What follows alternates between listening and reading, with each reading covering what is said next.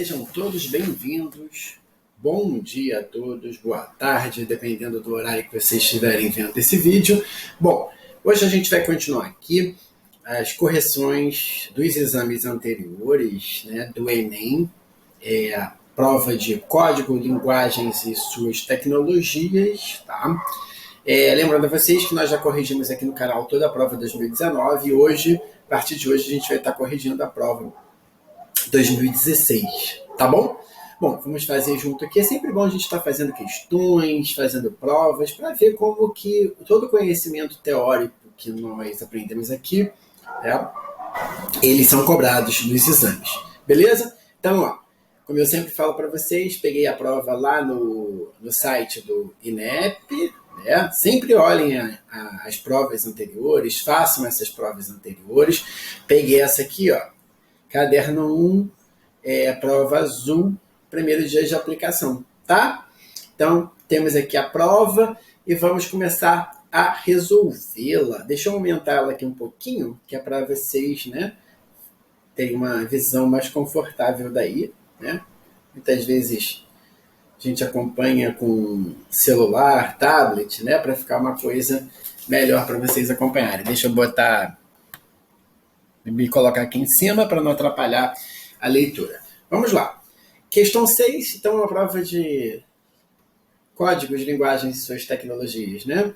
Começa na questão 6, ela diz assim: a Declaração Universal dos Direitos Humanos está completando 70 anos em tempos de desafios crescentes, quando o ódio, a discriminação e a violência permanecem vivos, disse a diretora-geral da Organização das Nações Unidas para a Educação, a Ciência e a Cultura, Unesco, Audrey Azoulay. Tá?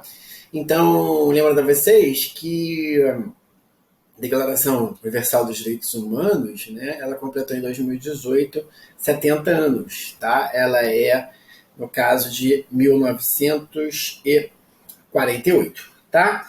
Ao final da Segunda Guerra Mundial, a humanidade inteira resolveu promover a dignidade humana em todos os lugares e para sempre. Nesse espírito, as Nações Unidas adotaram a Declaração Universal dos Direitos Humanos como um padrão comum de conquista para todos os povos e todas as nações, disse Audrey. Centenas de milhões de mulheres e homens são destituídos e privados de condições básicas de subsistência e de oportunidades. Movimentos populacionais forçados geram violações aos direitos em uma escala sem precedentes. A Agenda 2030 para o Desenvolvimento Sustentável promete não deixar ninguém para trás. E os direitos humanos devem ser o alicerce para todo o progresso. Segundo ela, esse processo precisa começar o quanto antes, nas carteiras das escolas. Diante disso, a Unesco lidera a educação em direitos humanos para assegurar que todas as meninas e meninos saibam seus direitos e os direitos dos outros. Tá? Então, temos mais uma questão aí de efeméride, né? Como eu sempre falo para vocês, né, as provas de linguagens, códigos, suas tecnologias e ciências humanas e suas tecnologias, elas gostam muito de efemérides. O que são efemérides? Acontecimentos que estão completando alguma comemoração, 50 anos, 100 anos, 70 anos, né? Normalmente datas mais fechadas. Defendendo a ideia de que os direitos humanos devem ser o alicerce para todo o progresso, a diretora-geral da Unesco aponta como estratégia para atingir esse fim. Qual é a estratégia que ela coloca ali, né? Se vocês repararem, nos últimos parágrafos, ela coloca que é fundamental que as crianças, né, tenham acesso a essa discussão, né, que tenham acesso, tá, a essas ideias, e que essas ideias devem agir diretamente sobre a educação. Aqui, ó. Segundo ela, esse processo precisa começar o quanto antes nas carteiras das escolas. Portanto, a questão 6 é a letra C. Discussão desse tema desde a educação básica, né? Então, desde a educação fundamental 1, tá? Então, mais uma questão aí de interpretação e trazendo temas que são atuais, né? Uma efeméride, correto? Então, vamos lá, gente. Vamos ver essa questão 7 aqui. Ó, Temos ali um cafezinho, temos um açúcar. Seu organismo já está acostumado com açúcar. Está difícil largar? Vamos ver a questão. O ideal é ir se acostumando aos poucos com cada vez menos açúcar. Então, bom, a questão aí 7 traz um outro tema aí que é bastante atual, né, que é a questão do açúcar, tá? A questão da saúde, do açúcar, né, do consumo excessivo de açúcar. Realmente nunca se consumiu tanto açúcar, né? Na verdade, esse consumo de açúcar ele vira um problema global já desde o século XVI, né? Com aquele modelo de plantation, aquele modelo de produção de açúcar, né? Sobretudo no continente americano, o açúcar que é refinado pela Europa e comercializado para o mundo a partir do século XVI. Tá? O açúcar que vira aí um dos grandes problemas de saúde pública. Inclusive, em alguns países, né, super desenvolvidos, né, sobretudo no norte da Europa, o consumo de açúcar é proibido nas escolas, né, na educação fundamental, né, e a discussão de pais e mães, tá? O açúcar é um problema aí, é considerado um problema de saúde pública, tá? Então vamos lá. Aí a questão diz assim: a utilização de determinadas variedades linguísticas em campanhas educativas tem a função de atingir o público-alvo de forma mais direta e eficaz. No caso desse texto, identifica-se essa estratégia como uma estratégia utilizada aí no texto. Né? Se você reparar, vamos voltar ali à questão aqui, ó, aqui embaixo. Tá? Ó, seu organismo já está acostumado com açúcar e está difícil largar? O ideal é ir se acostumando aos poucos com cada vez menos açúcar. A gente ali tem uma estratégia, né, de uma língua muito parecida com a língua oral, né, com o que a gente faz do uso oral da língua, né, que facilita a compreensão. Né? Então, se a gente for perceber aqui a questão, né, a gente tem traços de oralidade que facilitam, né, o uso da língua. Então, ó, uso de marcas linguísticas típicas da oralidade. É como se a propaganda estivesse conversando conosco. Né? E isso traz o tema para mais próximo da nossa realidade. Beleza, gente? Então agora é uma questão de uso da linguagem e que também traz um tema atual, tá? Um tema que poderia estar caindo em redação do próprio Enem. Então é muito bom também a gente estudar essas provas, linguagens, códigos e suas tecnologias, né? Porque essas provas, né, elas trazem temas que podem futuramente, né, estarem aí como alvos, né, da redação da UERJ. Beleza? Do Enem, perdão. Né? Pode ser da UERJ também, porque os temas são, né, sempre modernos, contemporâneos. Né? Questão 8, gente. Na questão 8 diz assim: famigerado é inóxio, é célebre, notório, notável. Vos-me-se mal não veja em minha grossaria, no não entender. Mas me diga, é desaforado, é caçoável, é de arrenegar, farsância, nome de ofensa? Vita nenhuma, nenhum do isto, são expressões neutras de outros usos. Pois, e o que é, em fala de pobre, linguagem de em dia de semana? Famigerado? Bem, é importante, que merece louvor, respeito. Nós temos aqui um trecho de Guimarães Rosa, tá? Vamos lá. Nesse texto, a associação de vocábulos da língua portuguesa a determinados dias da semana remete ao, grau de coloquialidade da comunicação. Como assim, professor André? Né? A gente tem aqui, ó, tá?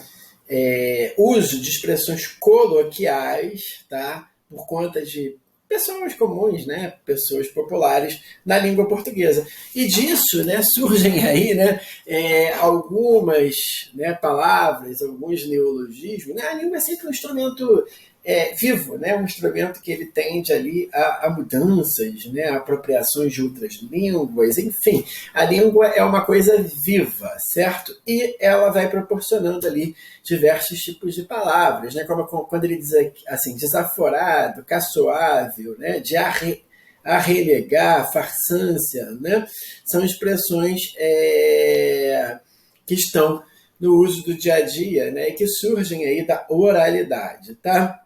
Beleza. Vamos lá. Questão 9. Vamos ver do que ela se trata. Na sociologia e na literatura,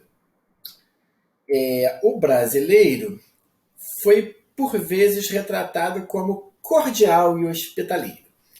Mas não é isso que acontece nas redes sociais. A democracia racial, apregoada por Gilberto Freire, passa ao largo do que acontece diariamente nas comunidades virtuais do país. Levantamento inédito realizado pelo projeto Comunica que Muda mostra em números a intolerância do internauta tupiniquim. Entre abril e junho, um algoritmo vasculhou plataformas atrás de mensagens e textos sobre temas sensíveis, como racismo, posicionamento político e homofobia.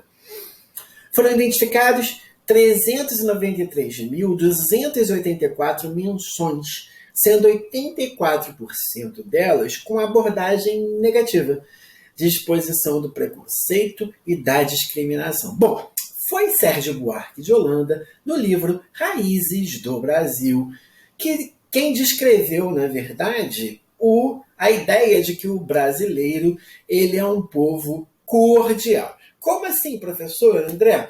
Um povo cordial no sentido de ser um povo que é movido pelo coração. Ao contrário, né, dos povos anglo-saxões, dos povos do norte, né, lá dos Estados Unidos, do Canadá, da Inglaterra, que são movidos pela racionalidade weberiana, o brasileiro, segundo Sérgio Buarque de Holanda, em Raízes do Brasil, né, livro escrito ali entre os anos 30 e 40, descreve o brasileiro como cordial. Cordial é que vem do coração. Gente, cordial não significa ser bonzinho, né? Então a expressão, muitas das vezes, é entendida errada. Cordial é saber decore, saber de coração. E o coração, ele tende a ser o quê? Impulsivo, porque ele se baseia na ideia de sentimento, sentimentalidade. Então, quando a gente fala que o brasileiro é um povo cordial, ele pode ser também muito violento, porque ele se baseia nas emoções, tá?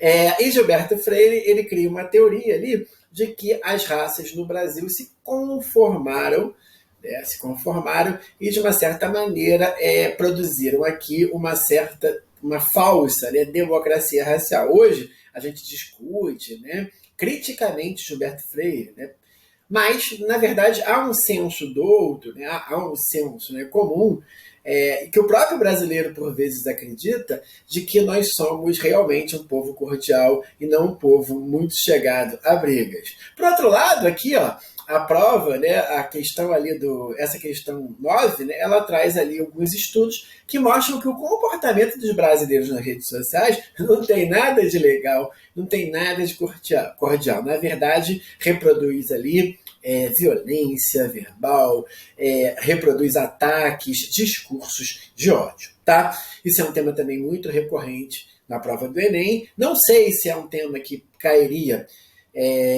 no vestibular 2020 do Enem, até porque, né, a gente tem um governo que diz que, atualmente, o governo federal do Brasil, eleito, né, que o discurso de ódio nada mais é do que um mimimi. Né? Enfim, mas vamos lá. Ao abordar a postura do internauta brasileiro, mapeada por meio de uma pesquisa em plataformas virtuais, o texto. Então, assim, o que ele está falando? Esse texto do internauta brasileiro, né? Ele está falando que, né, refuta as ideias pré-concebidas sobre o brasileiro. Né? Então, a gente tem ideias pré-concebidas de que o brasileiro é legal, que o brasileiro é cordial, que o brasileiro é pacífico. Não tem nada de pacífico, né? Ele produz discurso de ódio, se coloca ali contra algumas minorias, tá? E não se coloca de uma maneira cordial, tá? Então ele refuta, ou seja, desfaz essa ideia de que o brasileiro é um povo legal, é um povo brando, né? É um povo de paz, é um povo pacífico, enfim. Belezinha? Bom, então deixa-me ir para cá, para o cantinho aqui da tela, para que nós possamos fazer a próxima questão. Vamos lá ver do que se trata aqui essa próxima questão. Portanto, nós temos aqui a questão 10, não é isso? A questão 10. Opa! Temos aqui a questão 10. Temos aqui uma poesia. Vamos ver de quem que é esse autor. Cut Negroesia, né? O Cut ali é uma sigla para um escritor, né, que escreve, um escritor negro que escreve literatura afro-brasileira, né? Então traz questões ali sobre a literatura negra produzida no Brasil, tá? Quebranto. Às vezes sou o policial que me suspeito, me peço documentos, e mesmo de posse deles, me prendo e me dou porrada. Às vezes sou o porteiro, não me deixando entrar em mim mesmo, a não ser pela porta de serviço. Às vezes faço questão de não me ver e, entupido com a visão deles, sinto-me a miséria concebida como um eterno começo. Fecham-me o cerco, sendo o gesto que me nego, a pinga que me bebo e me embebedo, o dedo que me aponto e denuncio o ponto em que me entrego. Às vezes, tá? Essa literatura aí, de temática negra, né, gente? Eu tenho um vídeo lá no meu canal que eu falo sobre literatura que eu chamo de negro-brasileira, né? É uma literatura, sobretudo, emergente, ali nos anos 60 e 70, justamente nos anos que surgem os grandes movimentos de contestação social contra o autoritarismo no mundo, né? Aquela geração libertária dos anos 60 e 70 do século XX. Tá? Ele está falando aí nesse poema, né, sobre essa coisa, dessa questão do negro às vezes se policiar e ele se entender enquanto inferior, né? Ele mesmo se cobrando enquanto policial ali, né? Ele usa a metáfora do policial, né? Do policial que age contra o próprio negro e age contra si. Né? Um belíssimo poema para que a gente possa compreender de como que, de certa maneira, o racismo ele introjeta, né, nos próprios negros, né, e fazendo-os sentirem-se inferiores. A questão do racismo no Brasil é uma questão muito séria, né, e não pode ser minimizada. Então, olha que interessante.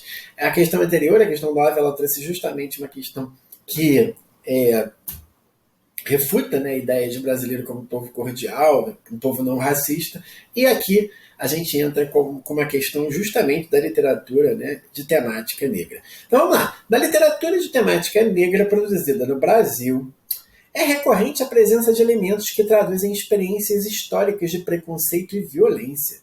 No poema, essa vivência revela que o eu lírico, o que acontece aí com o eu lírico, né? Incorpora seletivamente o discurso do seu opressor. Lembra? Acabei de dizer para vocês, o racismo ele introjeta na própria vítima, né? Então ele incorpora o discurso do seu próprio opressor. Belíssima questão, uma das questões mais bonitas dessa prova de 2018, tá? Até porque é uma questão que conversa, dialoga, né, com questões que são muito importantes, tanto para a literatura, né, quanto para o entendimento do que vem a ser o racismo, né, uma das nossas maiores chagas, né, contemporâneas, né, oriundas lá da escravidão. Bom, é bom ressaltar aqui, gente, para efeito de discussão mesmo, tá? Que há dois intelectuais muito importantes que colocam o racismo como a maior marca da história brasileira, né? A maior marca da nossa brasilidade. São eles Florestan Fernandes, tá? O sociólogo importantíssimo, né? Que um dos primeiros sociólogos a de fato encarar a questão do racismo, a questão da escravidão. Florestan Fernandes coloca a escravidão como uma marca da nossa brasilidade, a principal marca da nossa história. que nos afeta no mundo de hoje, tá? Eu gosto muito de uma frase que diz o seguinte, né? Há muito do passado no nosso presente, há muita história no nosso presente, né? E se há muita história, a questão da escravidão está muito presente até no mundo de hoje, no mundo contemporâneo, né? O nosso presente está repleto de passado. E esse passado se reproduz, tá? Infelizmente, de forma estrutural, estruturante, com o racismo, tá? A discriminação. Bom, gente, então questão belíssima, questão muito interessante, né? E que traz mais um tema aí que é importante ser discutido no Brasil. Vamos lá, essa questão 11, gente. A questão 11, nós temos ali uma imagem, tá? Dentro de mim. 2000, fotografia, tá? Faculdade de Belas Artes, tá? Nós temos ali um membro inferior, né, um pé ali, e nós temos aqui nos pés, são celulares? Eu acho que sim. Não estou conseguindo ver direito para dar luz aqui do estúdio. Mas vamos lá, vamos ver a questão aqui. Bom, então, aquela imagem é um texto. Lembrando a vocês que textos são imagens, como eu sempre falo, né? Bom, a body art põe o corpo tão em evidência e o submete a experimentações tão variadas que sua influência estende-se aos dias de hoje. Se na arte atual as possibilidades de investigação do corpo parecem ilimitadas, pode-se escolher entre representar, apresentar ou ainda apenas evocar o corpo. Isso ocorre graças ao legado de artistas pioneiros. Bom, nos textos, a concepção de body art está relacionada à intenção de... Então, qual é a intenção da body art? Né? É fazer do corpo, né, um suporte privilegiado de expressões. Né? É a letra B. Mas por que é a letra B? De fato, gente, a arte, né, contemporânea, ou arte, né, como a gente chama de pós-moderna, ela tende a expressar o corpo, né, das mais diversas formas possíveis, tá? Então, o corpo coletivo, né? Então, por exemplo, quando você tem lá, em 2004, aquele carro do DNA da Unidos da Tijuca, né? Um carro de escola, um dos mais famosos, né, dos últimos anos, né? Que se formava aquela pirâmide do DNA e as pessoas, né, faziam os movimentos. Ali o corpo ele tem uma ideia, né, de representar o coletivo, né, em movimentos sincrônicos. Então você tem na arte pós-moderna ou contemporânea a discussão sobre o corpo, né, o corpo humano, né, ele sendo apropriado de diversas formas possíveis. Tá?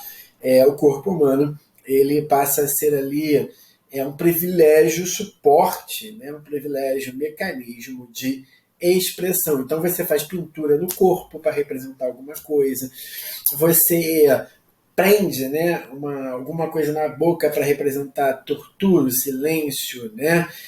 Você faz marcas ali no corpo para representar as dores que o corpo é submetido, como que o nosso corpo está submetido ao poder, né?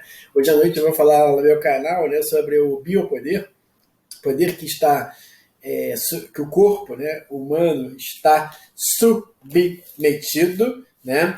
Então isso é muito importante. Vou até anotar isso aqui, tá? Que é uma questão importante para nós fazermos discussões futuras. Bom, então vamos lá, galerinha, para a próxima questão, que é a questão 12. Deixa eu ver se eu consigo aumentar aqui um pouquinho para que fique mais confortável aí para vocês. Né? Acho que eu já aumentei, né? Já. Então vamos lá. Deficientes visuais já podem ir a algumas salas de cinema e teatro para curtir em maior intensidade, né, as atrações em cartaz. Quem ajuda na tarefa é o aplicativo WaterCine, recém-chegado ao Brasil e disponível para os sistemas operacionais iOS ou Android. Ao ser conectado à rede de Wi-Fi de cinemas e teatros, o app sincroniza um áudio que descreve o que ocorre na tela ou no palco, com o espetáculo em andamento. O usuário, então, pode ouvir a narração em seu celular. Bacana, né? Lembrando a vocês, né, que em 2018, a redação do Enem, ela trouxe a questão da democratização da educação para pessoas com deficiências visuais, né? E traz aqui uma questão que poderia ajudar até na confecção da própria redação, né? Então, ó, o programa foi desenvolvido por pesquisadores da Universidade Carlos III, em Madrid. Na Espanha, 200 salas de cinema já oferecem o recurso e filmes de grandes estúdios já são exibidos com o recurso do Warecine. Diz o brasileiro Luiz Malt, que trouxe a tecnologia para o país. No Brasil, já fechamos parceria com a São Paulo Companhia de Dança para adaptar os espetáculos deles. Isso já é um avanço, concorda? Bom, por ser múltipla e apresentar peculiaridades de acordo com a intenção do emissor, a linguagem apresenta funções diferentes. Nesse fragmento predomina a função referencial da linguagem, porque há a presença de elementos que... Bom, então a questão traz ali, né, a função referencial. Por quê? Né? Porque ela traz elementos que expõem dados sobre o aplicativo usando linguagem denotativa, ou seja, está explicando, né, a ideia, está explicando o que vai ser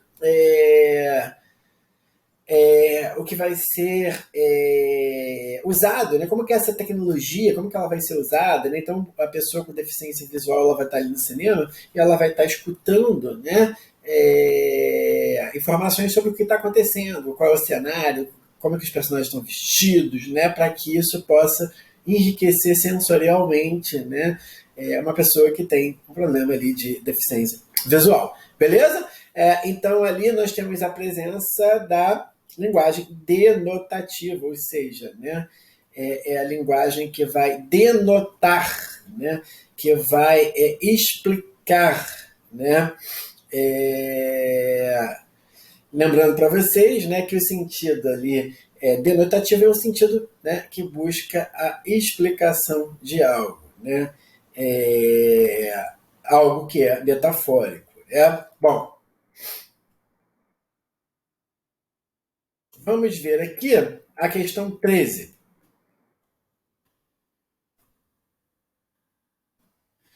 A questão 13 traz outra questão que é muito discutida, como nós já vimos aqui, né, na prova de 2019, que é a questão dos exercícios físicos para a saúde. E lembro vocês que na última live da última quarta-feira eu trouxe para vocês aí como um dos temas, né, possíveis de redação do próprio Enem a prática de exercícios físicos, né, como uma questão de saúde pública, né, para melhoria da vida do brasileiro, tá?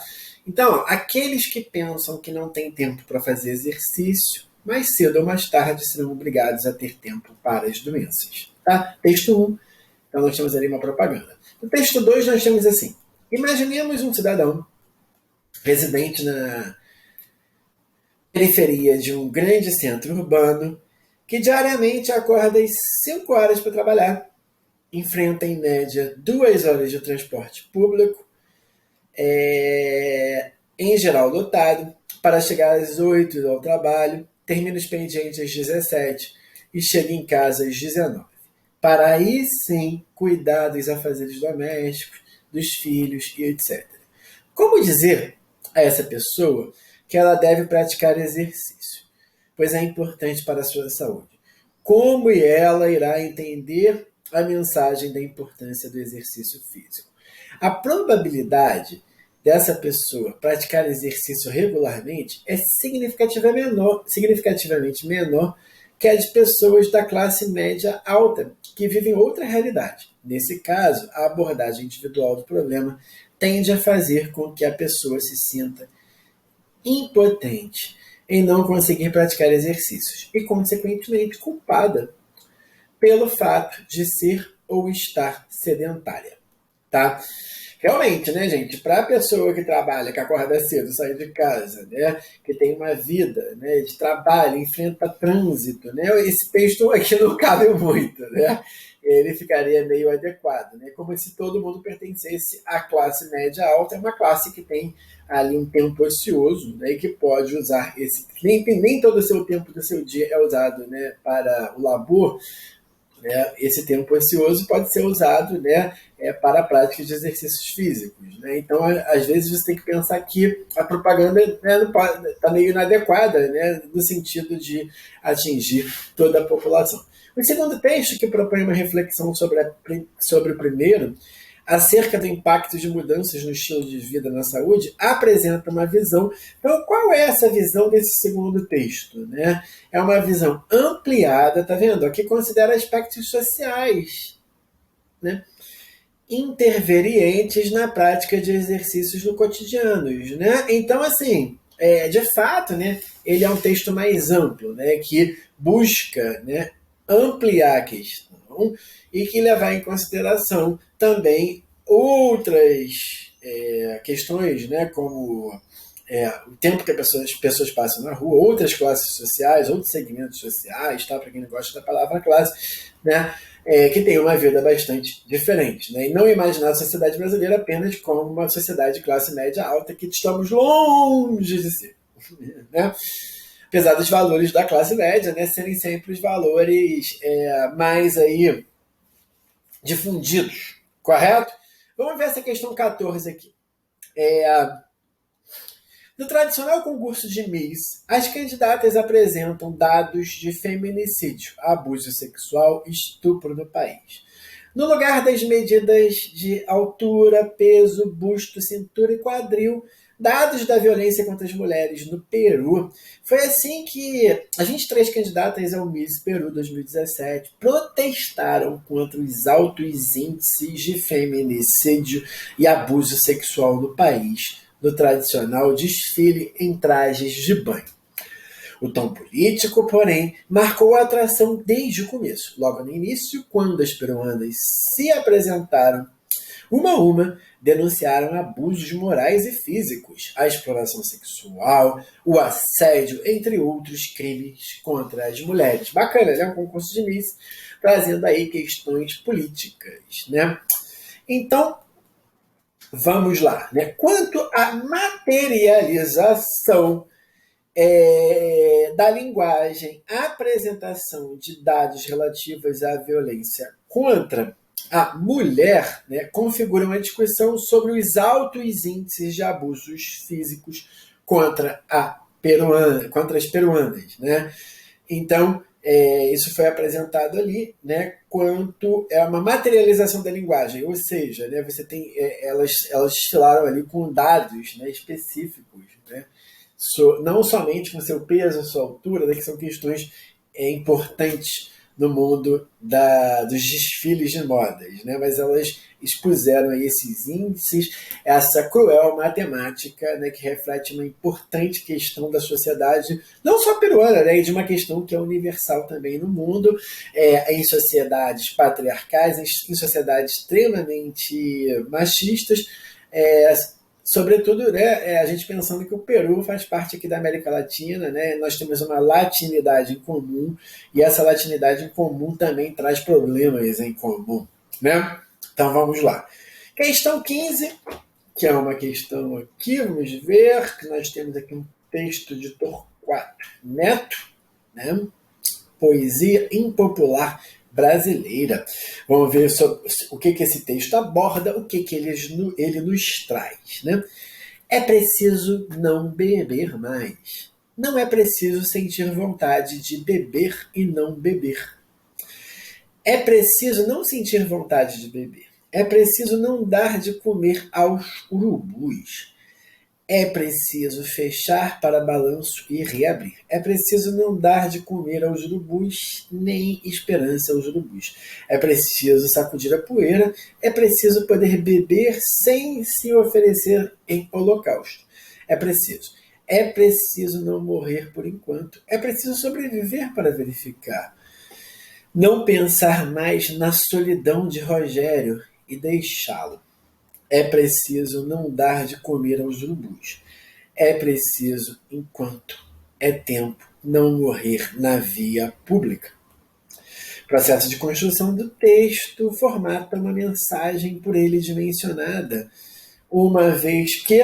Né, então, qual é esse formato desse texto? Né? É um texto ali que tem um formato, né, bastante tautológico, né? Repete, né, uma ideia. Tautologia é a repetição de ideias, né, para reforçar a própria ideia. Por mais que às vezes a tautologia ela pode ser cansativa. Né? Já viu aquelas pessoas que estão explicando algo que repetem ideias? Né? Porque normalmente elas não, segundo a psicologia, né, elas não levam a fé muito, né, nas próprias ideias. Né? Então você tem ali essa ideia de repetição. Né? Então, nós temos essa ideia aqui de repetição. Então, o processo de construção do texto formata uma mensagem dimensionada, uma vez que, né, configura-o estreitamente da linguagem poética, não, reflete as lacunas da lucidez em desconstrução, projeta a persistência das emoções reprimidas, repercute a consciência da agonia antecipada, né? Revela a fragmentação das relações não. Exatamente, ele está passando, né, uma ideia de agonia. Né? Ó, é preciso sobreviver para verificar. Não pensar mais na solidão de Rogério e deixá-lo. É preciso não dar de comer aos urubus. É preciso, enquanto é tempo, não morrer na via pública. Tá vendo? É preciso enquanto é tempo. Né? Então tem uma agonia ali, né, antecipada. Né? Então, isso é muito importante aqui nesse texto, nessa linguagem. Bom, e como última questão de hoje, né, até porque nós já fizemos 10, vamos fazer a 11ª, né, eu trouxe essa questão 16, tá? Para a gente fazer aqui. Vamos ver sobre o que se trata a 16.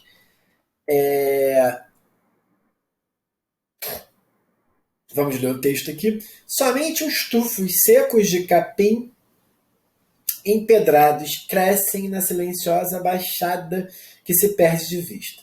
Somente uma árvore grande e esgalhada, mas com pouquíssimas folhas, abre-se em farrapos de sombra. O único ser nas cercanias, a mulher é magra, ossuda, seu rosto está lanhado de vento.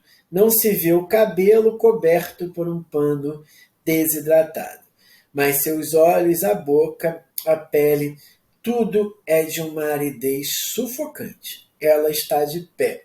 A seu lado está uma pedra. O sol explode. Ela estava de pé no fim do mundo, como se andasse para aquela baixada, largando para trás suas noções de si mesma.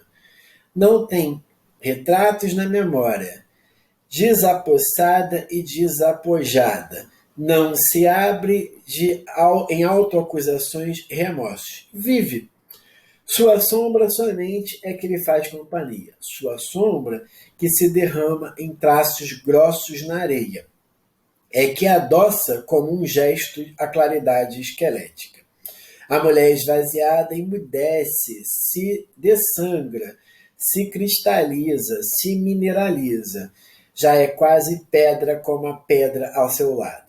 Mas os traços de sua sombra caminham e, tornando-se mais longos e finos, esticam-se para os farrapos de sombra da ossatura da árvore com as quais se enlaçam. Tá? Então, aqui, ó, somente os tufos secos de capim empedrados crescem na silenciosa baixada que se perde de vista. Somente uma árvore grande e esguelhada, mas com pouquíssimas folhas, abre-se em farrapos de sombra.